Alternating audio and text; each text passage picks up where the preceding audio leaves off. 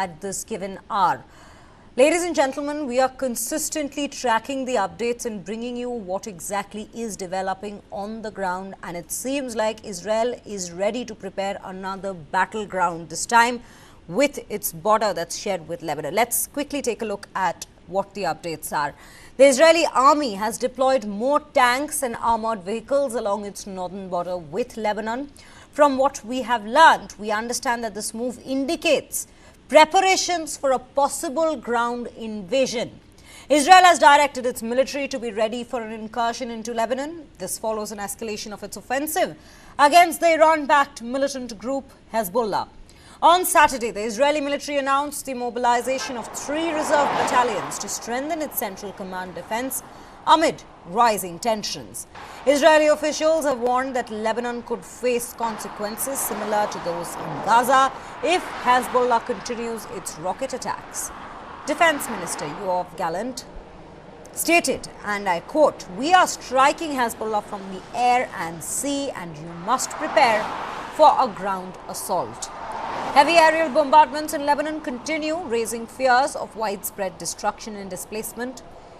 In the last 72 hours itself, over 30,000 people, mostly Syrians, have fled from Lebanon into Syria, according to a UN agency.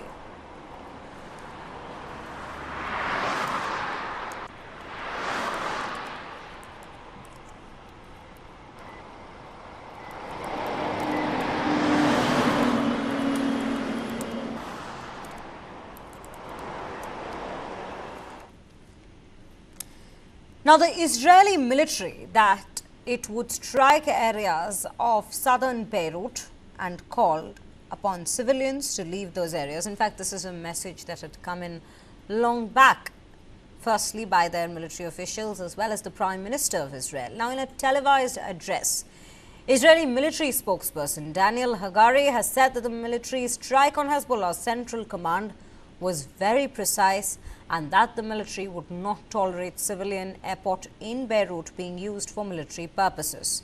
Army said there were no changes to civilian emergency directives at this given stage. Let's take a look at what exactly has been said by Hagari over the matter.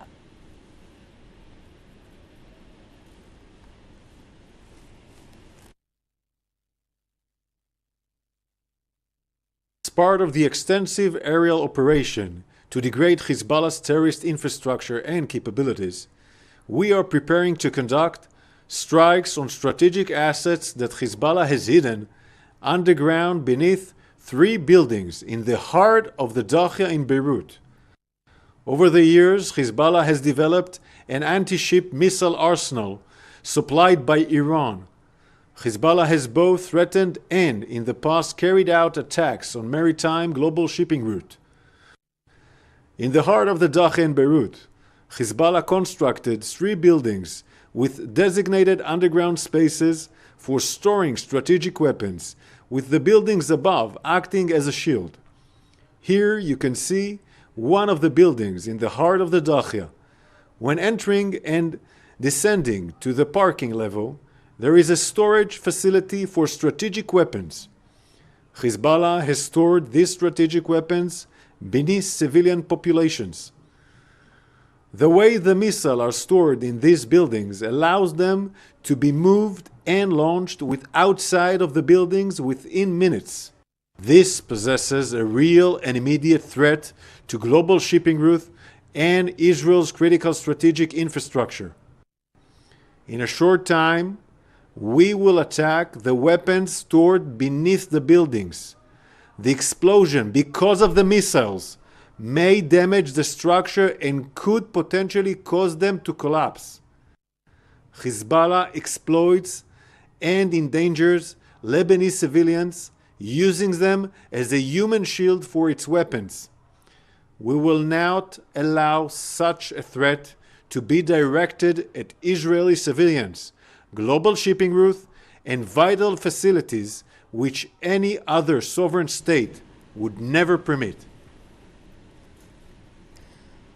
Well, NEWS9 Deputy Managing Editor Kartikeya Sharma engaged with experts to discuss whether Lebanon has now become a proxy for Iran.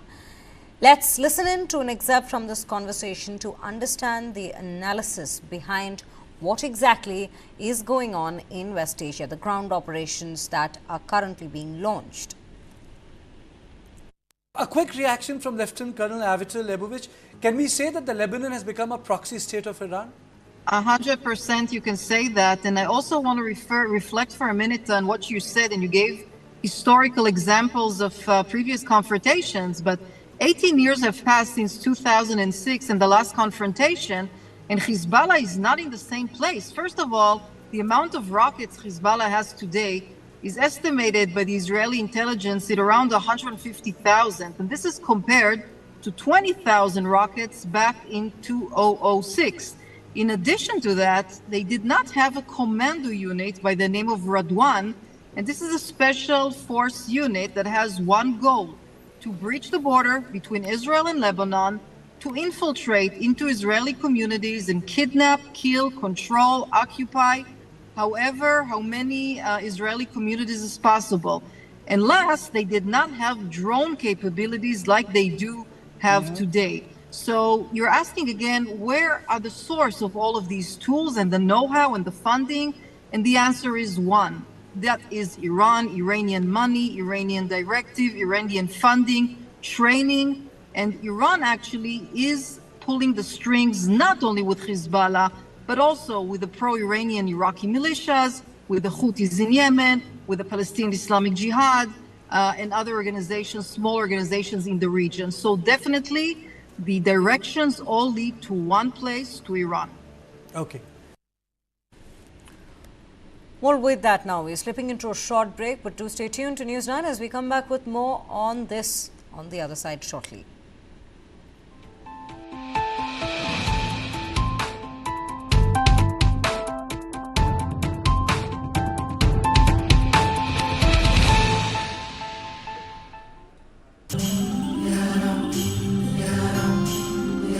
Let yourself flow with the turn of each tide. Salty winds, you sweeten your ride. Maharashtra, Maharashtra is the hit. Maharashtra tourism. Fast. My God, isn't she your daughter? Yes. She's playing football. This is boys' game. Make her study. If she doesn't get a good job, she will get a good match. Will you win the world by playing football? Yes, auntie. My daughter will win the world by playing football. Let's go to Germany. World's largest football talent hunt, News9 Indian Tigers and Tigresses. In association with DFB Pokal, Bundesliga, BVB and India Football Center.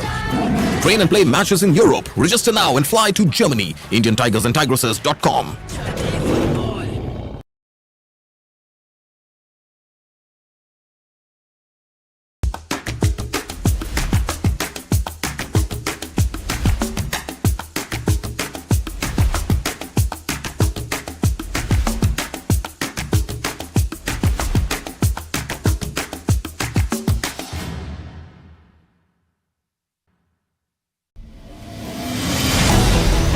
Why is the state not looking at putting an embargo on that? As a Telangana person, I will not accept. How do ordinary folks deal with this?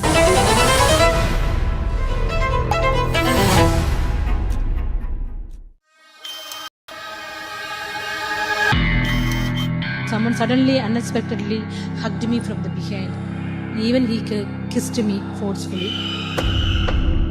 They had a overconfidence that these ladies will never come in front of the public and tell they were abused. The villains in Malayalam film industry. When that Hema committee so many girls came forward. I also got confidence.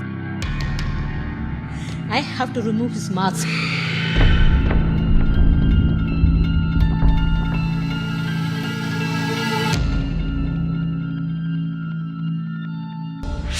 This and more.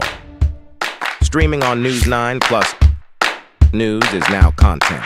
Subscribe and get free vouchers. India and Norway have enjoyed traditional ties for last many decades. Ever since the diplomatic ties were established, in 1947. India is now the most populous country in the world. It's the 5th largest economy. And it's, I believe, also the fastest growing economy. For the Nordic countries, it is really important to contribute to this economic development being sustainable and to support India in the sustainable development goals that they have. This is the diplomat.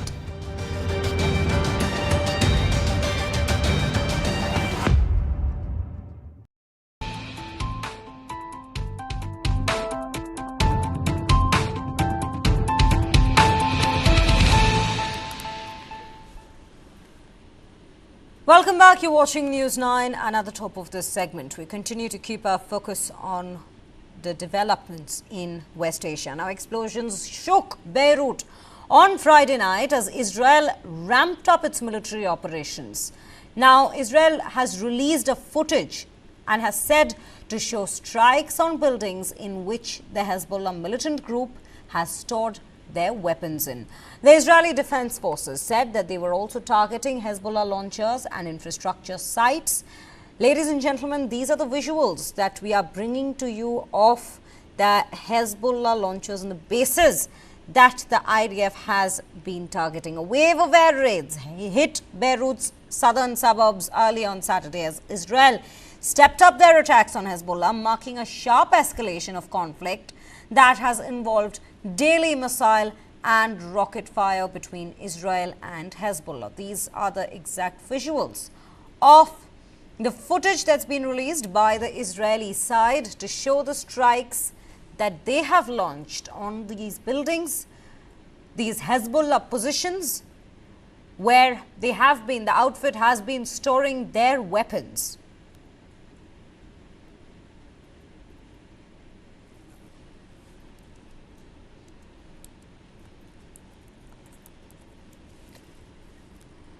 Moving on, as we are consistently bringing you the updates from West Asia, the big attack that took place Friday night, the escalations that began with it, that was the explosion in Beirut. Now remember, earlier in the day, Israeli airstrikes targeted the city, with the military stating that its mission was very simple. It was to degrade and dismantle the Hezbollah central headquarters and military capabilities alongside. The Lebanese Health Ministry has reported that at least 9 have been killed so far, 6 have been killed so far, and 91 others have been wounded in the strikes. The reports with regards to the death toll are consistently changing. The death toll, in fact, has risen from 6, which was in the early morning today, to 8, and 91 still seems to be the number of people who have been wounded. Later, Israeli fighter jets targeted Hezbollah installations in Lebanon. This includes the weapon launchers and storage sites of the outfit as well, which has majorly been attacked. In response, however, Hezbollah also fired a barrage of rockets into the Israeli city of Safed, marking the first major retaliation since Israel's airstrikes on Beirut's southern suburbs earlier in the day. Now, the region remains on high alert as tensions escalate between the two sides. Let's take a look at this given ground report to understand the situation on the ground better. Thick clouds of smoke rose over Beirut on Friday following an Israeli airstrike that shook the Lebanese capital. It was by far the most powerful attack carried out by Israel in the city during nearly a year of conflict with Hezbollah. UN spokesperson Stefan Dujarric emphasized the global body's concern over the attack during a press briefing. We are watching the developments unfold in Beirut with great alarm. An Israeli source was cited in the news outlet Axios as saying Hezbollah leader Syed Hassan Nasrallah was the target of the strike. A source close to Hezbollah told Reuters that Nasrallah was alive, while Iran's Tasnim news agency also reported he was safe. Iran-backed Hezbollah's Al-Manar television reported that 4 buildings were destroyed and there were many casualties in the multiple strikes. Rescue crews could be seen on site here pulling 2 children who are alive from the rubble. The Israeli military said it had carried out a, quote, precise strike on Hezbollah's headquarters.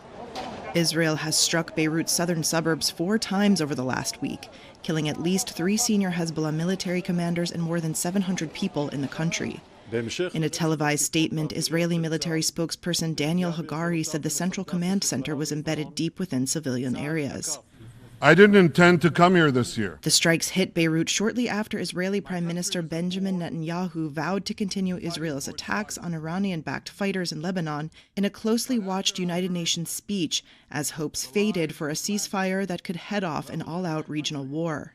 The United States was not involved in this operation, and we had no advanced warning. Pentagon spokesperson Sabrina Singh told reporters Friday that while the U.S. was not told in advance about the Beirut strike, Defense Secretary Lloyd Austin did speak with his Israeli counterpart as the operation was ongoing.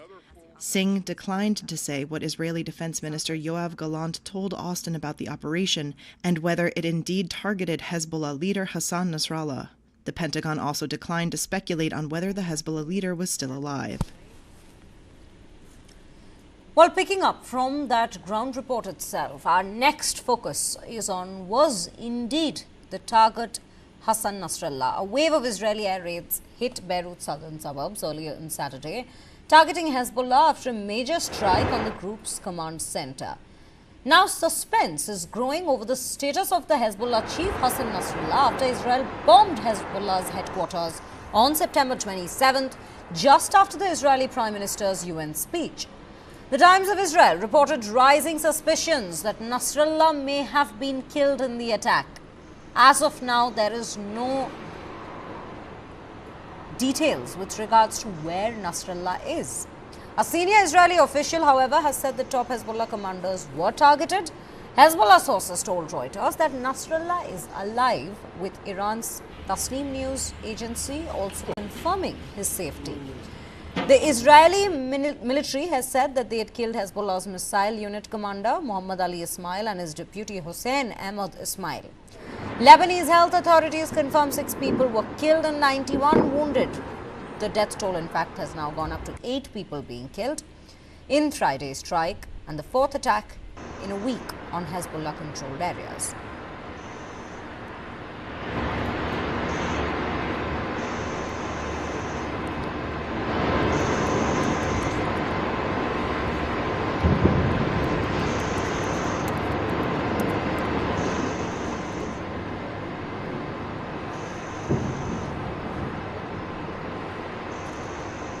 These are the visuals of the deadly attack that's taken place on Friday night. One of the largest. It's being said that Israel mostly targeted Hezbollah leader Hassan Nasrallah with this airstrike on the group's headquarters in Beirut, because the aim and the mission has been stated clearly by Israeli military. That is to flatten out, to degrade and dismantle the central headquarters of Hezbollah. And remember, this is the heaviest attack on the Lebanese capital in almost 2 decades, and a major escalation of conflict that threatens to engulf the West Asia at this current hour. There's a lot of speculations now, with Israel also having deployed tanks on the Israel-Lebanon border with regards to what does the future look like for West Asia. Is there to be yet another escalation while Israel is already engaged in a battle, in a war with the Hamas in Gaza? There's a second battlefront that seemingly is developing with Lebanon, the border with Lebanon, and this time it is against the Iran-backed outfit of Hezbollah, which primarily operates from Lebanon.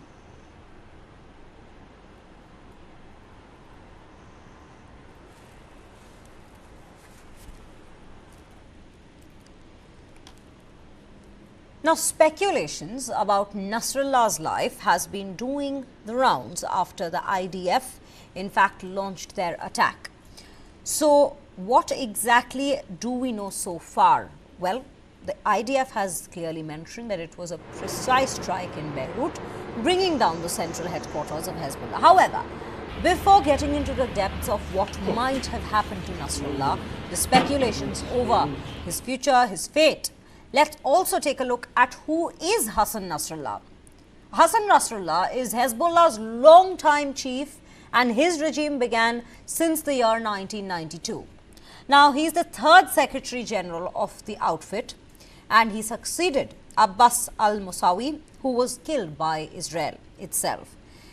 Hezbollah's founding member, Hassan Nasrallah, was among the founding members, and he took over after the 1992 airstrike. And he led Hezbollah in the 2006 war with Israel. So this is not the first time that he's led the outfit up against the Israeli forces. Claims 1 lakh soldiers under his command, and he is known for the Fadi missile strikes on Israel. He has expanded Hezbollah's regional influence substantially, led Hezbollah through multiple conflicts. He is known to be the pioneer for Hezbollah when we talk about these strikes up against Israel and when it has been through such turmoils even in the past. Now, held higher ranks in Lebanese resistance regiments before Hezbollah. That is the profile of the man who is the question of the hour with regards to his whereabouts. Where is Hassan Nasrallah, and whether or not he has been killed by this attack.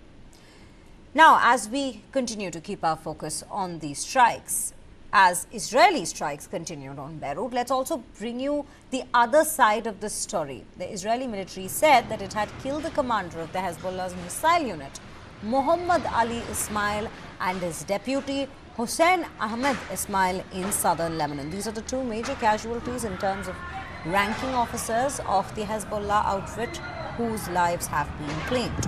Israel has been targeting the missile command of Hezbollah to eliminate threat to its southern area. Now, ladies and gentlemen, while we have consistently been bringing you the visuals of airstrikes that took place in the night, these are some of the airstrikes that we bring to you that took place early morning today, September 28th, in Beirut itself.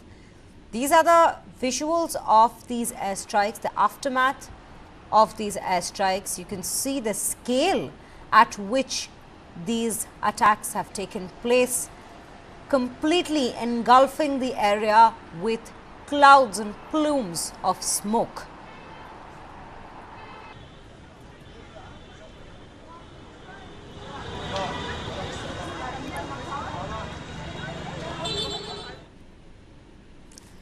With that, NEWS9 Deputy Managing Editor Kartikeya Sharma also spoke to experts on the situation in Lebanon. What exactly lies ahead, what has been happening so far, and a complete analysis of it. Let's listen into an excerpt of this conversation. The question which comes to our mind is, Colonel Avital Leibovich, is it going to be a shallow assault? Is it going to be like 34-day war? Or is it going to be like 1982 when there were boots on the ground in Beirut? Thank you for the question. For obvious reasons, I could not give a full detailed description of the ongoing operational plans. But before I answer your questions, I do want to mention that there was a previous phase, which was the longest phase, and that was the phase of diplomacy. Israel has allowed for 10 long months for 3 messengers or envoys from the US, from France, from Germany, to go back and forth to Beirut and to engage and try to reach some diplomatic solution, which they have not. While all of this time, Hezbollah has fired more than 9,000 rockets and more than 1,000 explosive drones into Israel. Therefore, the operational answer would be as such that will neutralize Hezbollah's capabilities, launchers, rockets, terrorists who are activating those means, as well as drone factories and drone elements. So this is in large, I would say, the main effort of the operational plans. Okay. Any thoughts on it? Is it going to be like a shallow incursion, or is it going to be like a deep incursion where the ground territory is held? Well, I think as Lieutenant Colonel Leibovich has said, I think it's going to be very similar to what she was expressing. The main concern here is that Israel has to reestablish a sense of security for our civilians who live in the northern part of the country, and frankly, for the entire state of Israel. That can only be done, and that will only be done, if we are able to harm and significantly degrade Hezbollah. What that will mean, part of it depends on Hezbollah. How much are they going to continue the escalation? How much are they willing to negotiate? How much are they willing to retreat? That we will only see in the coming days. But Israel has made it very clear that it has the capabilities, it has the intelligence, and it has the ability to execute in a level that probably Hezbollah could not imagine. Eli, both even in Gaza, where civilian and the military complexes are intermeshed, the same, I would say the dilemma would be in Lebanon? Well, there are some similarities, but there also are a number of distinctions. As we saw in the last couple of days, we saw a significant amount of Lebanese fleeing the battlefield. And that's, I think that's actually in very stark contrast to what unfortunately was not allowed to happen in Gaza. Obviously, the immediate battlefield, Israel did a tremendous effort in warning and giving advance warning, both through text messages, through leaflets, and through other communications, to make sure that the Gaza civilians understood there was an imminent attack that was happening. In Lebanon, where many civilians were actually housing the actual weapons, they knew that they were the targets. They saw what had happened just a few months earlier in the Gaza Strip, understood that they were facing the exact same result, and therefore they got out of town very, very quickly. And how many of them are going to be leaving Lebanon itself, I think we may see that happening in the near future. Ladies and gentlemen, this is the visual of the consistent attacks that's been taking place in Lebanon's capital, Beirut, all launched by the Israeli side. West Asia seems to be at a brink of a larger escalation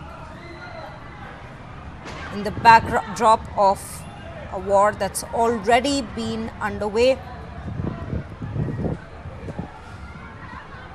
What we have now learned, ladies and gentlemen, is Hassan Nasrallah. This is very important. Hassan Nasrallah is reportedly to have been died. This is the latest information that we are bringing to you.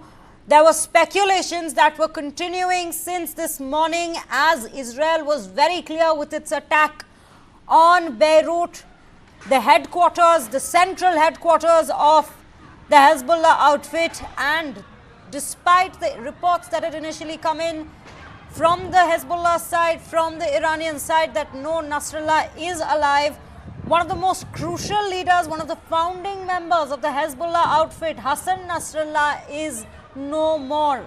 This is the information that's coming in from the Israeli Defense Forces. The IDF has confirmed Hassan Nasrallah's death.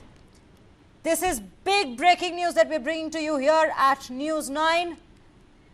Speculations about Nasrallah's life had been doing the rounds after the Israeli Defense Forces had carried out a very precise strike in Beirut, bringing down the central headquarters of Hezbollah. Remember, Hezbollah's long-time chief since 1992, this is Hassan Nasrallah that we are speaking of. He was the third Secretary General of Hezbollah, succeeded Abbas al-Musawi, who was killed by Israel as well. And this comes in as another big loss for the Hezbollah with regards to their chiefs in command. Second chief in command whose life has been claimed by the Israeli Defense Forces. Hezbollah was the founding member and he had taken over the command of this outfit back in 1992 after the airstrike by Israel. History repeats itself with the Hezbollah outfit. وستنتخب العماد ميشيل عون رئيس تكتل ضمانة وقوة كبيرة لحماية هذا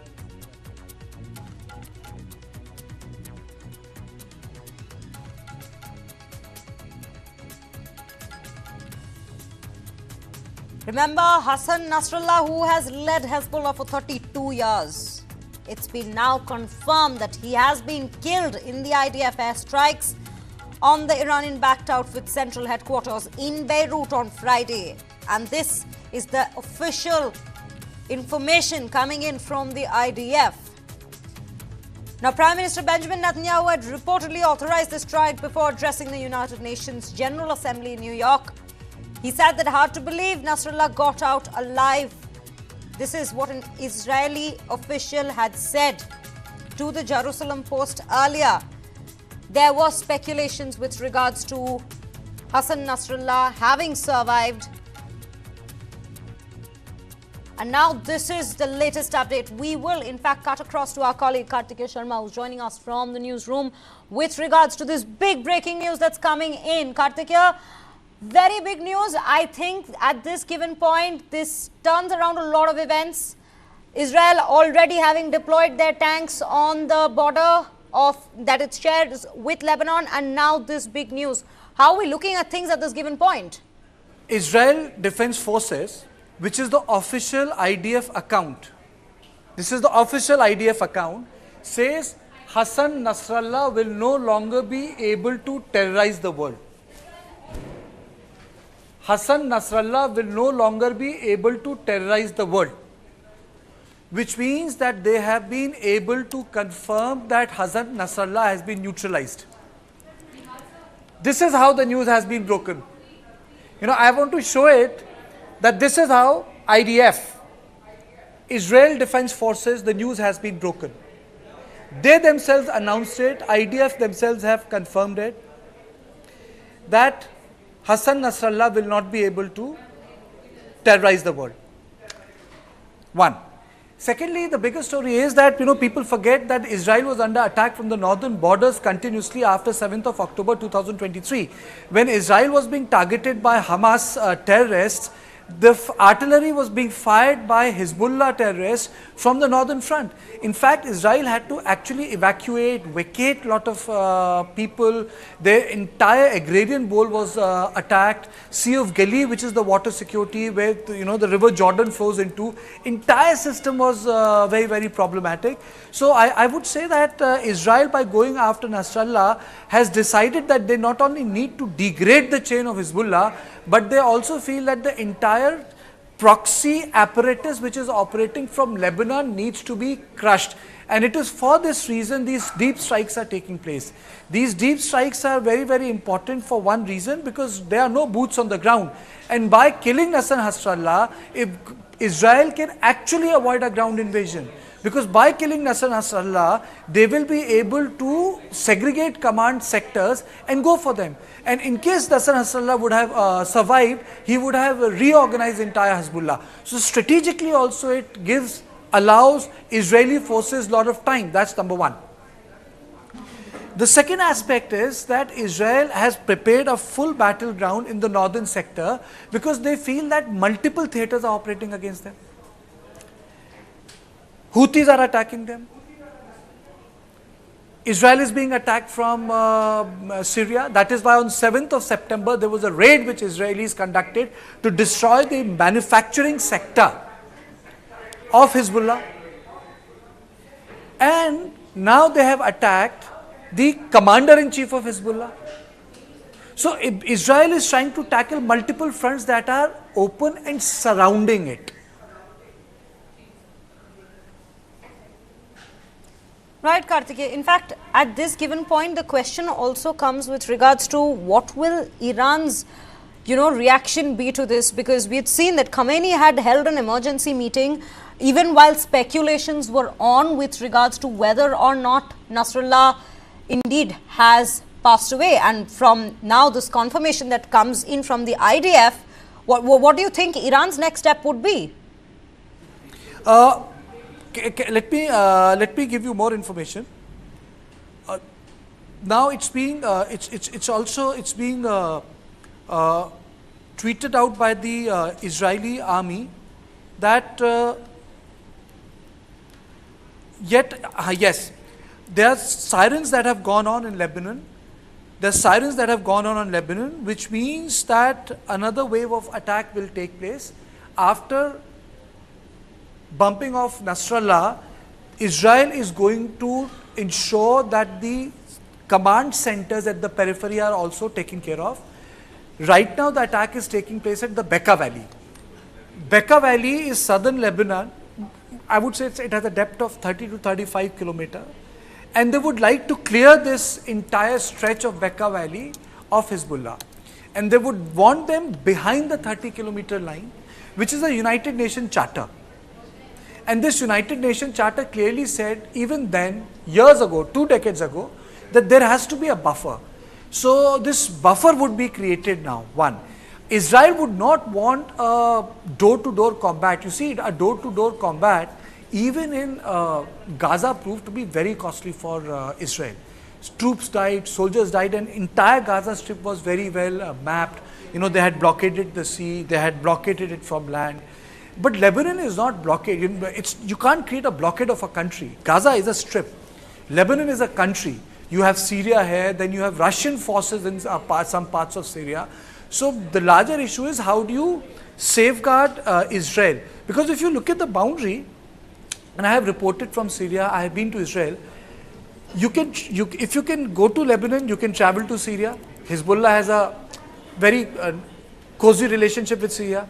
From Syria, you can go to Iraq. Iraq is not led by Sunni establishment anymore. It's a Shia country now led by clerics. From there you can go to Iran. And from Iran you can go to Aram se Afghanistan. And from Afghanistan you can filter into Pakistan. So this entire corridor, which starts from Pakistan, if you are there in the tribal area of Pakistan, you can actually travel all the way through covert routes to the Mediterranean Sea. That is the biggest problem. And Netanyahu, if you recall what he said at UNGA, he had 2 placards. In one placard, he said, you know, this is the problem, Iran and other things. I don't want to get into the politics. There was another placard. That placard was opportunity. And in that opportunity, Shria, they had India. And from India, it went through Saudi Arabia and Israel and to Europe, which means the trade route. So Nasrallah was an Iranian proxy. The fight in West Asia is between the Shia and Sunnis. It is not a fight between Muslims and Christians, please understand. Jordan has a very nice relationship with Israel. Egyptians have a very cozy relationship with Israel. Saudi Arabia has a very cozy relationship with Israel. Dubai has a very cozy relationship with Israel. The problem is that there's a Shia axis and there's a Sunni axis. So in the Shia axis, you have an Alawites, which is a subsect of Shia, and you have Syria. And then you have Iraq, then you have Iran, and then you have a part of Yemen. And that is why, one by one, my understanding is one by one, Israel is going to obliterate these theaters of war. Now, if Hezbollah wants a deeper war, then the people in Lebanon will pay a very heavy price. I don't think any country does anything at the cost of its own integrity, sovereignty, and national security. I think Hezbollah had crossed those red lines, and Israel as a country cannot afford another 7th of October. That is why this obliteration happened. It was at the time of and choosing of Israel. Once they were done with Gaza Strip, they have focused their attention on Lebanon.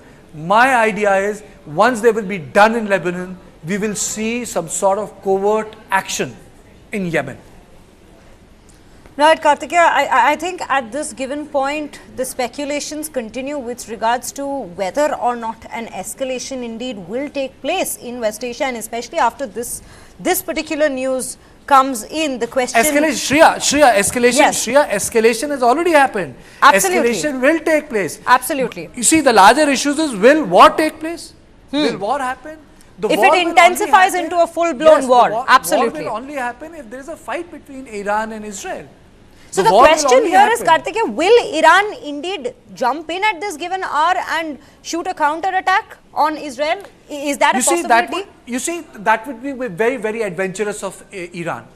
See, Iran and Hezbollah are allies, proxy.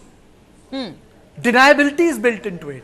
If tomorrow Iran attacks Israel, then there is no deniability that they are funding Hezbollah.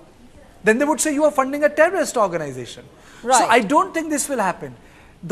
I would use the word war. The violence will escalate. The covert wars will happen. Iran will create more terrorist attacks inside Israel. Israel will go for more covert action inside Iran. The proxy play will begin, will unfold. But I really don't think that there is going to be a war. War being, see, it's like, see, for example, in India, you need to declare a famine. कहते हैं ना कि famine declare करना पड़ता है.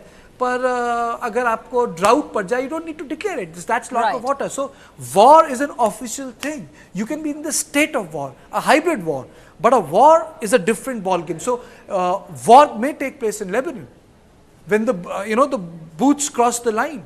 But to say that there is no war, no, there is a war which is happening. So if we are talking in terms of two countries engaging with each other, if you're thinking like a Ukraine front, I think it's difficult. Ukraine is a different thing. NATO on the doorsteps. They have created a buffer. But here, Israel directly getting into the attack, problematic.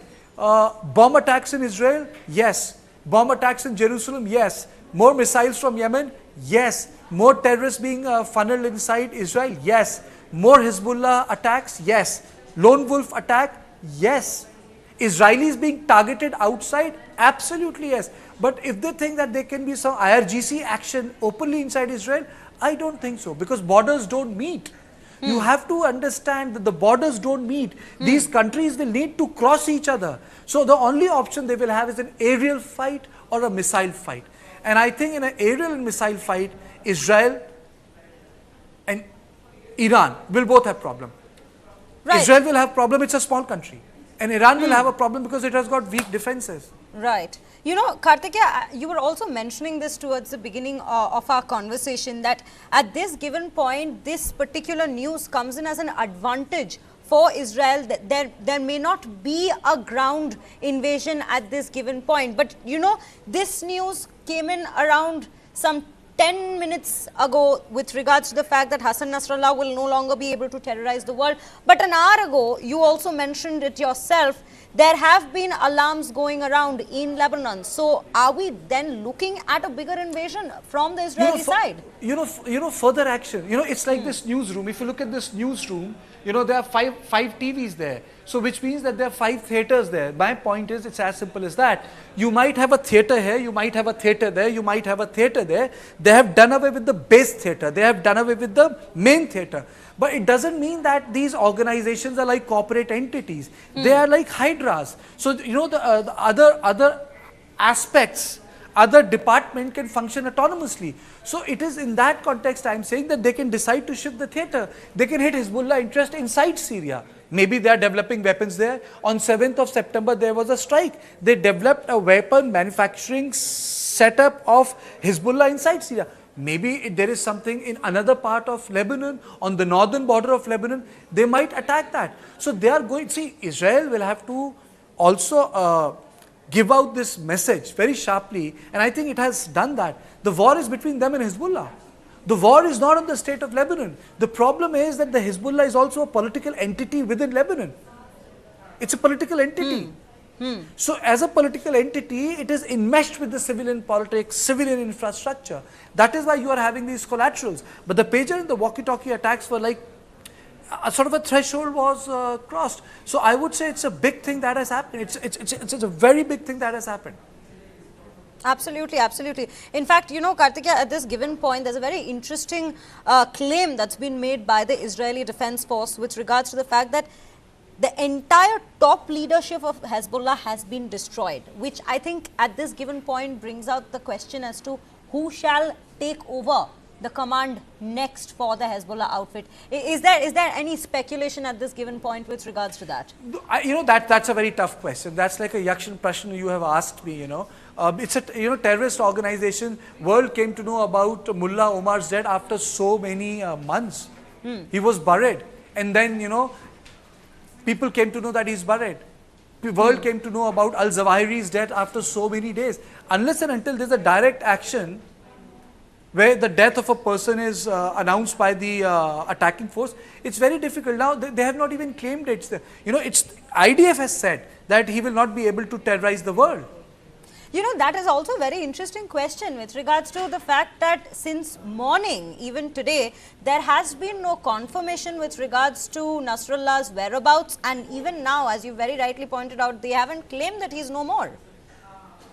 Because the Hezbollah has not announced it. The IDF says that Hassan Nasrallah will not be able to terrorize the world. Very cryptic How will message. he not be able to terrorize the world? Yes. How? So, I mean to say that, have you injured Hassan Nasrallah? Will that work? No, obviously it means that you have neutralized him. It means that you have neutralized him. It simply means that, nothing else. And if you have neutralized him, if he's grievously injured, he's unable to function, which means that you will have a new leader.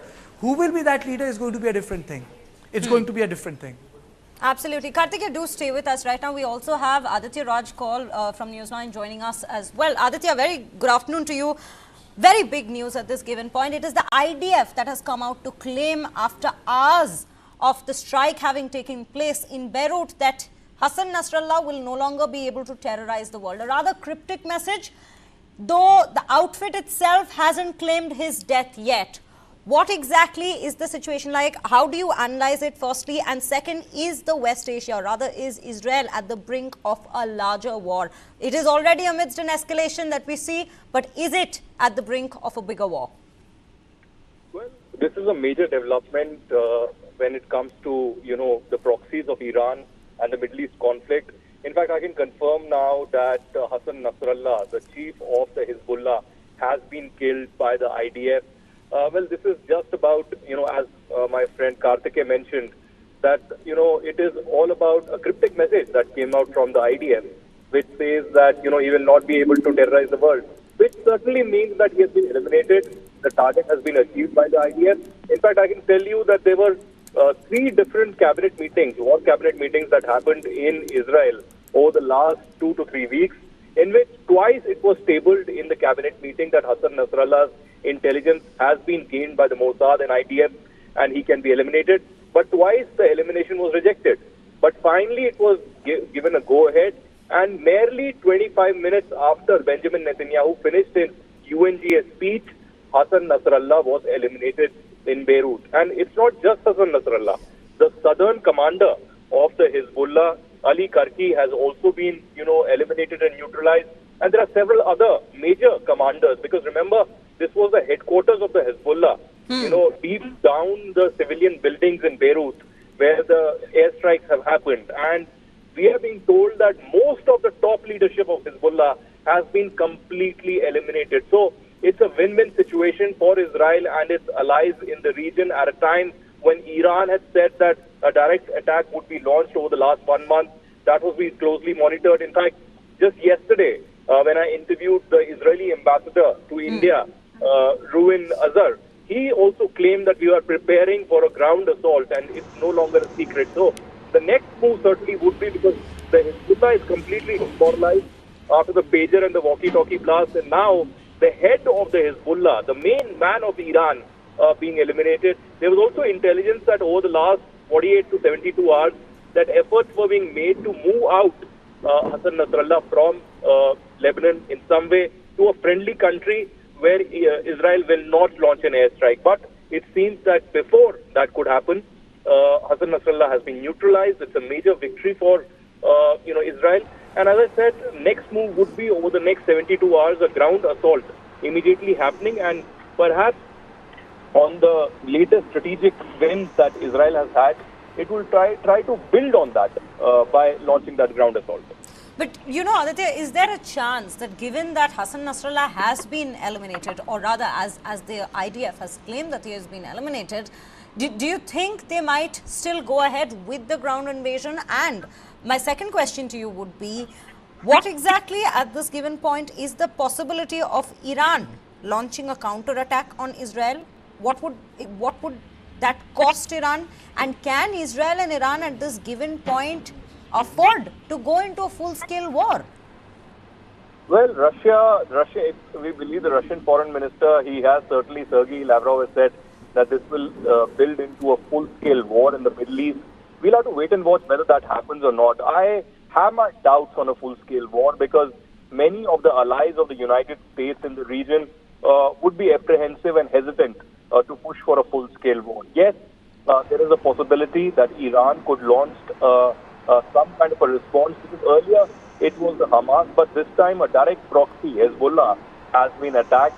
So it seems that Iran might launch some kind of a counter to this. But remember, on April 13th, when the last such strike took place, when 300 rockets were pushed in from Iran to Israel, it turned out to be a damn squib. There wasn't much of an impact, apart from, I think, one civilian losing their life and some property being destroyed. So I don't think that Iran has that kind of a capability because with these preempts happen not just is in no mood to compromise. Israel is certainly not going to put its guns down at this particular stage, and that has turned out to be a headache for the Washington DC as well, where White House has been trying to negotiate a peace deal, a hostage deal, and a ceasefire peace in Gaza.